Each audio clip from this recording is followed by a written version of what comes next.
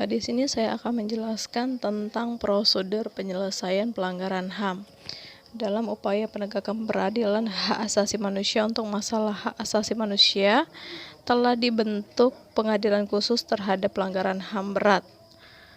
Dengan munculnya pengadilan hak asasi manusia, diharapkan akan dapat melindungi hak-hak dasar manusia baik perorangan maupun masyarakat. 1.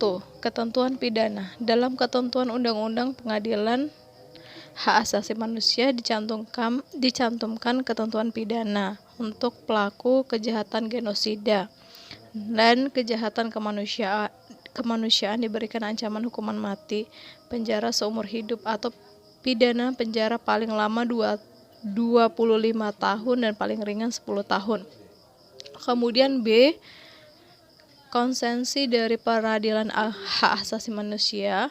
Keberadaan pengadilan HAM atau hak asasi manusia di Indonesia merupakan langkah besar yang harus diberi apresiasi terlepas dari kualitas putusan hakim yang harus dipenuhi. Setelah ada pengadilan hak asasi manusia, Indonesia mengalami kemajuan pesat dalam ilmu hak asasi manusia atau dalam ilmu HAM.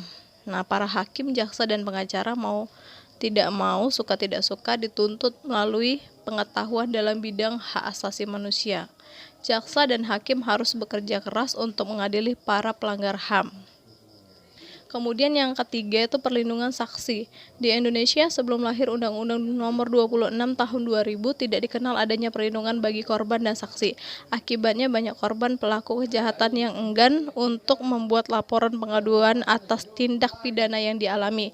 Demikian juga banyak saksi yang enggan memberikan kesaksian karena takut keselamatannya terancam. Kondisi demikian telah diantisipasi dalam pasal 34 Undang-Undang Nomor 26 Tahun 2000, di mana setiap korban dan saksi dalam perkara pelanggaran hak asasi manusia yang berhak mendapat perlindungan fisik dan mental dari segala macam bentuk ancaman, gangguan, teror, dan kekerasan dari pihak manapun.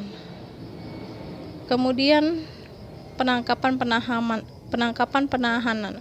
Setelah mendapat laporan telah terjadi pelanggaran terhadap hak asasi manusia, maka dilakukan penangkapan terhadap tersangka. Penangkapan dilakukan oleh penyidik, harus disertai dengan bukti permulaan yang cukup, surat tugas dan surat penangkapan serta uraian singkat pelanggaran berat terhadap hak asasi manusia yang disangka. 5 atau peradilan. Setelah penyelidikan selesai, maka berkas yang dilimpahkan ke pengadilan untuk dilakukan penuntutan. Majelis hakim yang memeriksa perkara pelanggaran hak asasi manusia terdiri dari 5 orang, yaitu 2 orang hakim dari pengadilan hak asasi manusia dan 3 orang hakim ad hoc. Apabila yang bersangkutan atau tersangka atau jaksa tidak puas dengan putusan hakim, maka mereka dapat melakukan upaya hukum yang lebih tinggi lagi, yaitu banding, kasasi, dan peninjauan kembali putusan hakim yang telah mempunyai kekuatan hukum tetap atau PK. Nah, kejahatan terhadap kemanusiaan merupakan salah satu kejahatan internasional di samping genosida, kejahatan perang, kemudian perang agresif dan bajak laut. Kemudian pelanggaran HAM ditinjau dari perspektif Pancasila. Dalam membahas mengenai pelanggaran HAM, hak asasi manusia di Indonesia, kita harus melihat dari perspektif dasar negara Pancasila. Sebagai pedoman hidup bangsa Indonesia, Pancasila merupakan suatu kesatuan dari nilai-nilai keutuhan, kemanusiaan, persatuan, kerakyatan, dan keadilan sebagaimana yang terkandung dalam kalimat silanya.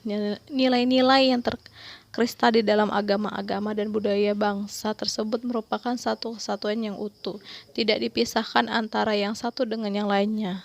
Terlepas salah satu nilai tersebut, nilai-nilai yang lain tidak lagi bermakna Pancasila.